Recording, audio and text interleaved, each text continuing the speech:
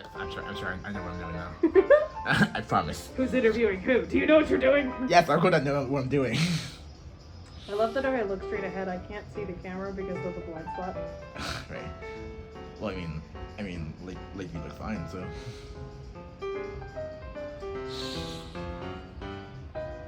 Yeah, you look fine. Don't worry about it. I believe you. I can't see myself. Fair enough. What is your name, madam? My name is Leigh. I'm a Lynx. So that answers my second question I was gonna ask you. Haha, 2 for 1. Me. Anyway. Rude.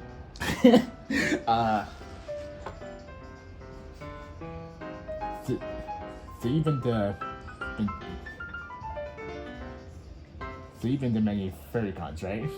Not like Well, not like a lot. many, Like- for like half a dozen. Yeah, at least half a dozen. Well, which one would be your favorite and why?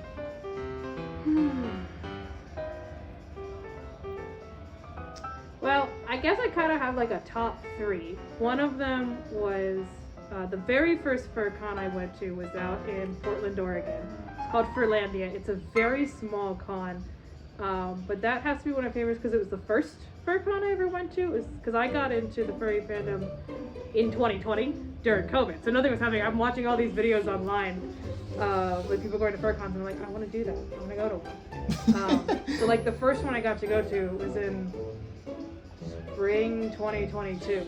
Like that'll always be a special one, favorite one. And I stayed so late. Later than I should have when I had to do something the next day. We had a 2-hour drive. But it was so fun. Wait, I mean, you also did the same thing like at the so. Oh, I did, yeah. So Even though I literally told you like, you had to stay that long. But it was fun.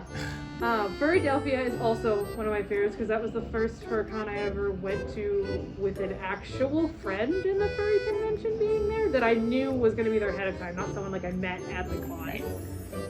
And that was you. Haha, nerd, be recognized. Yeah, whatever. And then TFF has been the only FurCon so far I've actually stayed in the hotel for. I guess technically I stayed in the overflow hotel, but like That counts. like I could get into the main hotel through the sky bridge. I didn't have to go outside. But that one was fun. That's the only FurryCon I've been to multiple days because I actually stayed in the hotel, and it's probably I don't know how it compares sidewise to Furrydelphia, but it was definitely bigger than Furlandia. So yeah, those 3. This next question might sound stupid. Actually, no, it definitely is stupid. Good, excellent, accurate. Fantastic lead-in. Carry on. Yeah. Like I randomly picked this one, but it seemed like a very you question. So how would you hang toilet paper in the bathroom? Like over it or like over this way or under? Why do I have to think about it now? Over.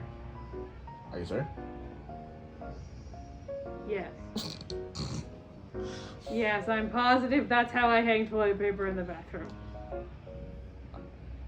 I mean, maybe. Why? Do you do it under? Are you a Philistine who does it the other way? Don't. That's not relevant. That's not relevant. Yeah. Monster. I will actually. I've been in bathrooms before where I've changed it. Like they put it under. I'm like, Like, nope, wrong. Not doing this today. Like, I think my parents do it. I think they do it both ways. See, that's like people in my household. Some of the people care, and some of them will just like put it on. And I'm like, if I find it like put on under, or when I was like living with housemates and I would find put it under, I'm like, nah, friends, this is not how we play. We don't ball this way. Mine did it under, and I'm just like, that's not right. Incorrect. Incorrect. What's the weirdest thing you've ever given someone as a gift? What's the weirdest thing? What? What? I said, what's the weirdest thing you've ever given someone as a gift? Given someone as a gift. Yeah. Actually, probably from this Christmas. So my friend, she's one of my friends from high school. We actually met at band camp. And her dad. That's how it always starts. It always One starts time at at band camp, I met my best friend. But her dad bears a passing resemblance to Nicolas Cage, to the point where that's her nickname for him, is Nicolas Cage. Not Nicolas Cage. And I was Christmas gift shopping on Etsy, and I found this person, and they make 3D printed ornaments. And have you heard of like the tradition of the Christmas pickle? Kind of. So this person it was a pickle ornament, but it had Nicolas Cage's face on it, and it was Pickleous Cage. So I got that for her for Christmas. Oh my god. So probably that. Oh my god, that's... How did what was her reaction? She's like, it's a pickle with Nicolas Cage's face on it. I'm like, yeah, Pickleous Cage. This is also the kind of person she is. Her Christmas gifts were Pickleous Cage, a thing of plush Gouda cheese, and then we all got scarves from the third friend. But he wrote us ridiculous stories about the scarves, and she was like, that's the kind of gifts that we give her. Par for the course for her. Probably the weirdest thing I've given, like, as a concept to someone. Well, I mean, like.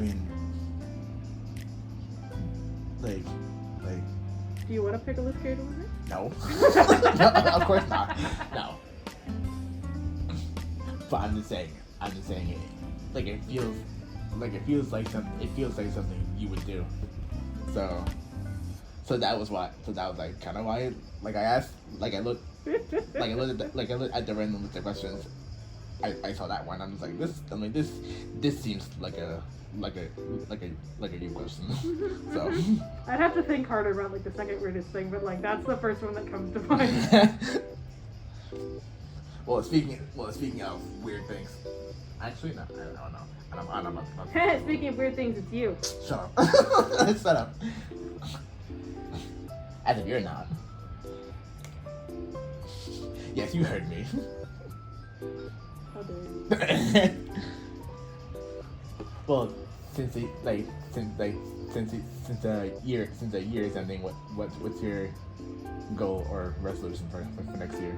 Okay, so it's like really cliche, but goddamn, do I need to eat better and exercise more? Fair enough. I mean that works. Because honestly, same. I agree with you on that one. We'll see how that goes. Yeah. I also need to floss better. Like really mundane things I just need to do. Yeah. Better. Mm-hmm.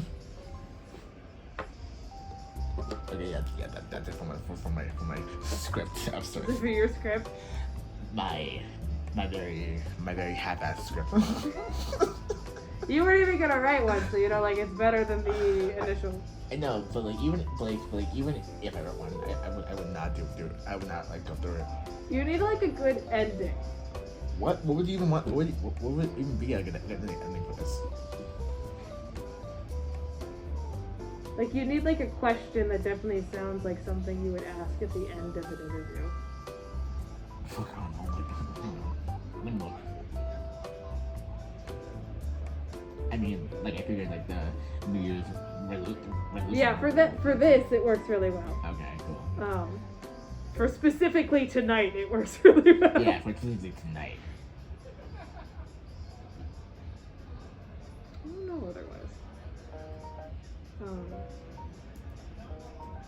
I suppose what you could do, what I've kind of heard people is like, if you have,